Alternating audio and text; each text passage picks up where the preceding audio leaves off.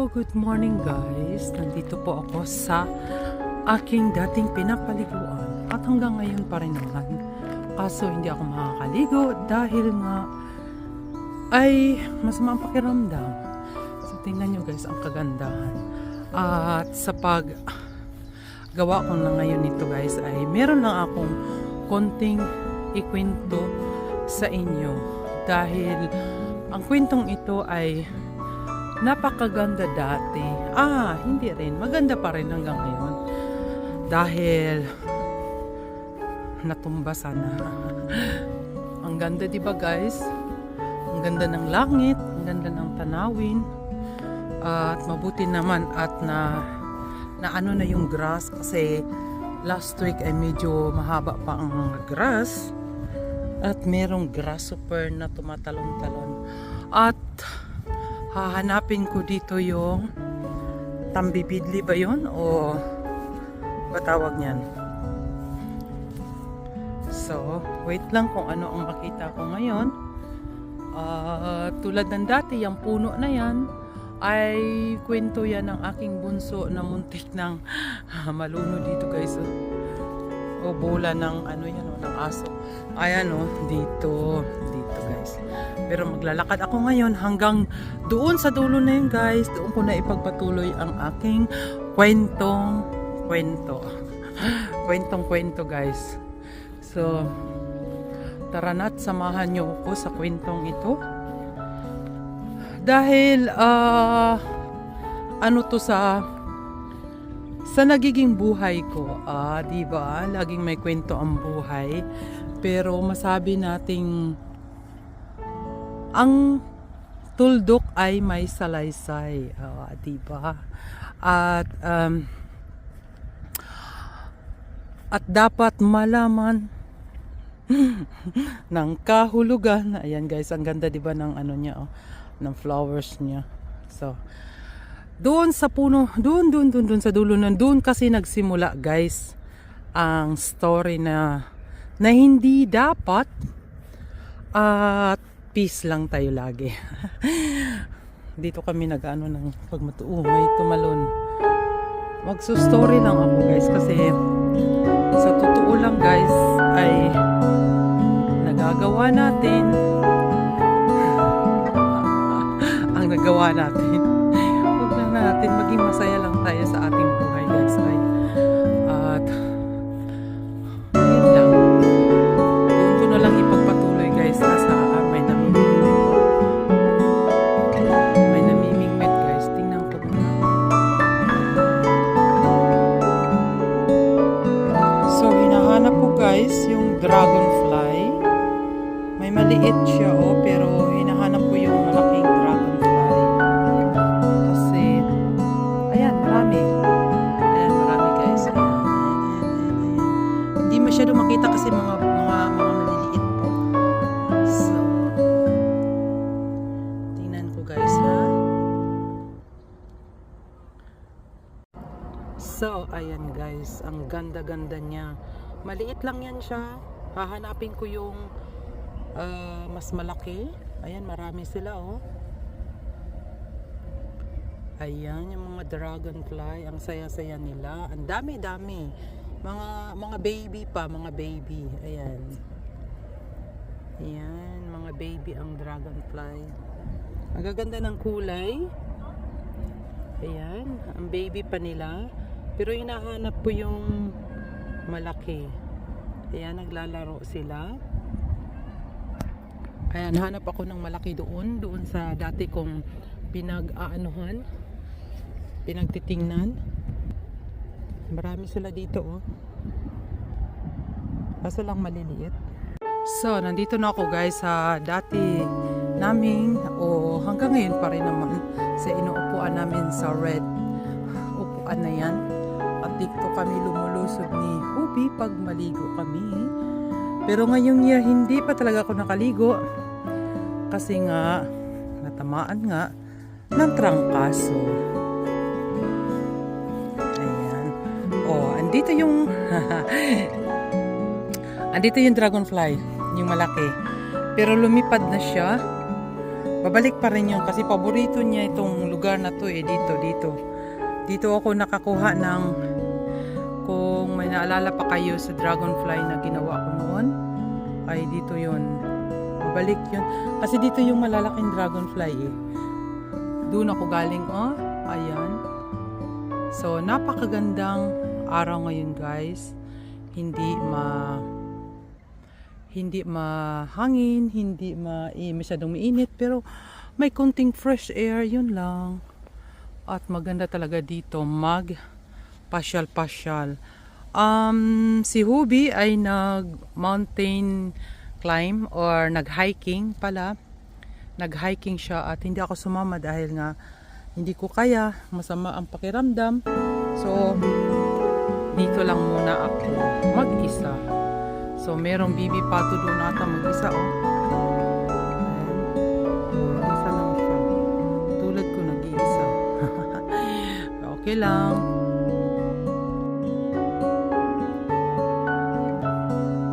So guys, isa rin ba kayo sa mga nature lover? Yes, ako din guys. Kaya nandito ako. Kasi maganda talaga na magpa-relax ka rin kahit na mag-isa ka at titingnan yung magandang tanawin at nakakabawas ng iyong kung may karamdaman ka man. Tulad ko ngayon, may ubo, may sipon, pero pag makita mo yung tanawin na yan guys, ay talaga naman. Sana nga lang may tumalon na isang isda para lalong maganda, o diba? Tingnan nyo guys ang hugis ng bundok. Ano ang nakikita nyo sa hugis na yan? Ayan o, yung ganon at saka ganon. Tingnan nyo guys kung ano ang hugis niya. Ayan, diba maganda siya? So, tingnan nyo lang kung anong hugis. Dito lagi kami guys naliligo last 2 years kasi last year wala nga kami, nasa bakasyon, at ngayong year ay hindi pa rin ako nakakaligo ngayon dahil nga medyo ang weather namin ay pabago-bago. Ngayong July lang nag-okay at nakakaligo na rin si Ubi, pero ako ay hindi nakaligo dahil nga anong tawag nito, tinarangkaso ako. At si Ubi naman ngayon ay medyo masama din pakaramdam noon, ay nag-hiking sila ng kapatid niya. So ako naman ay nag-iisa lang dito guys. Pinawisan na ako ng todo. Pinawisan na ako ng maganda rin to, magpapapawis kasi nga may tangkaso at gusto ko rin mag-relax sa aking sarili at kaya naisipan kong pumunta ngayon dito. Hindi nga alam ni Hubi na pupunta ko ngayon dahil kanina malakas talaga yung ubo ko pa, pero sa isip-isip ko kasi sabi niya sa akin kanina aalis talaga siya na mag-hiking kasi kung sa bahay lang siya ay ganun din, medyo ano rin yung kasi medyo tatrangkasuhin din siya eh. Kaya naisipan ko nung umalis siya after ng LS ko, sabi kong ganun, tama nga naman, sa bahay ka o sa labas ay ganun pa rin ang pakiramdam mo. Kaya sa isip ko, for more good health naman ay lumabas din ako ng bahay. Kasi sabi ko kung nasa loob ka lang lagi ng bahay ay ano din, nakita nyo yung red na upuan na yun guys. Diyan kami lagi ni Hubi nagbibihis. Kasi ito, may bihisan ito pero nasa malayo eh. Pero ito lang ang gusto namin place na to. At kung sino yung nakaalala pala sa akin, yung dragonfly, ayun, meron na namang malaki, kukuhaan ko yun mamaya. Dito ako nag-hunting ng aking dragonfly dati. Yung nag-uumpisa pa lang ako tawag nito. Ayan, may nakita akong dragonfly. Ay, bees pala. Dito ako nag-umpisa. Alam nyo guys, pag may sakit kayo, no? Kung may sakit tayo, huwag tayong magstay lang sa bahay. Kasi nga may sakit, may stay, hindi na. Nakakalakad pa naman tayo. Yung nga lang, medyo nahihiya ako na mag-ubo-ubo. Dahil nga yung ubo ay medyo talagang baraghal talaga siya na ayoko rin may makarinig. Pero ngayon, konti lang naman ang tao. Happy Wednesday everyone.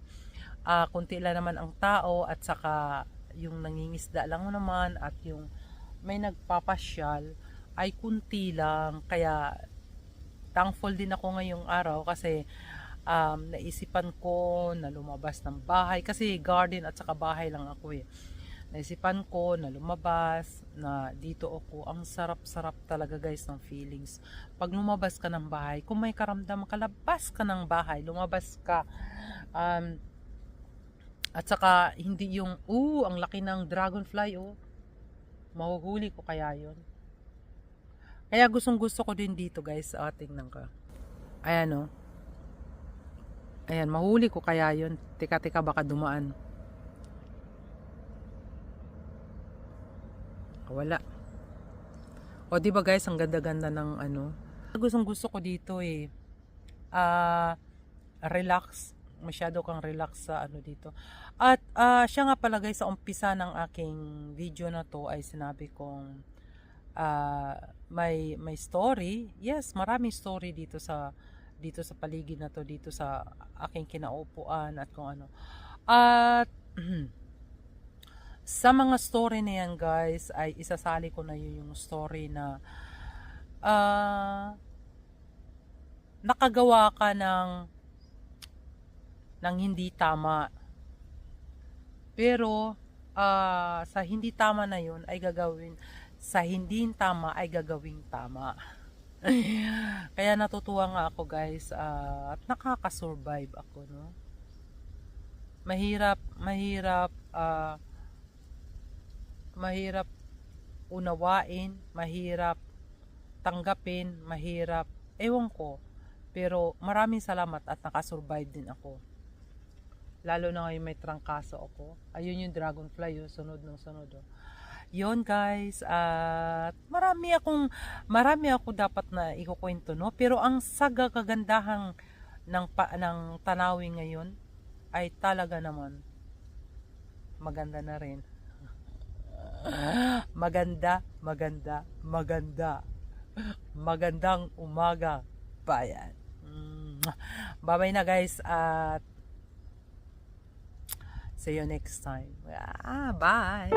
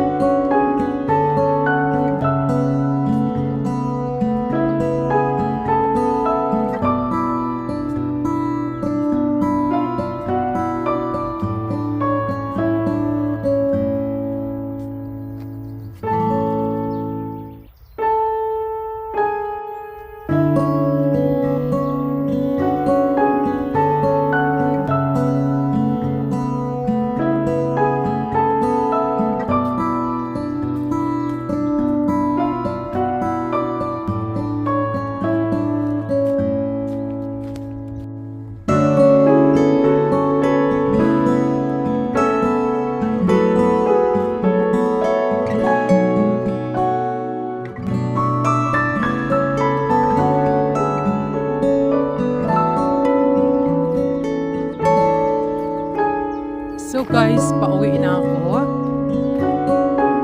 At maraming salamat sa inyong lahat. Bye, tapos na ang aking paglalakad guys. At maganda sa akin dahil medyo umaano yung aking ubo. Yung bang parang hindi na masyadong malala, kundi medyo guminhawa na. So, yun lang guys. Thank you for watching and bye-bye.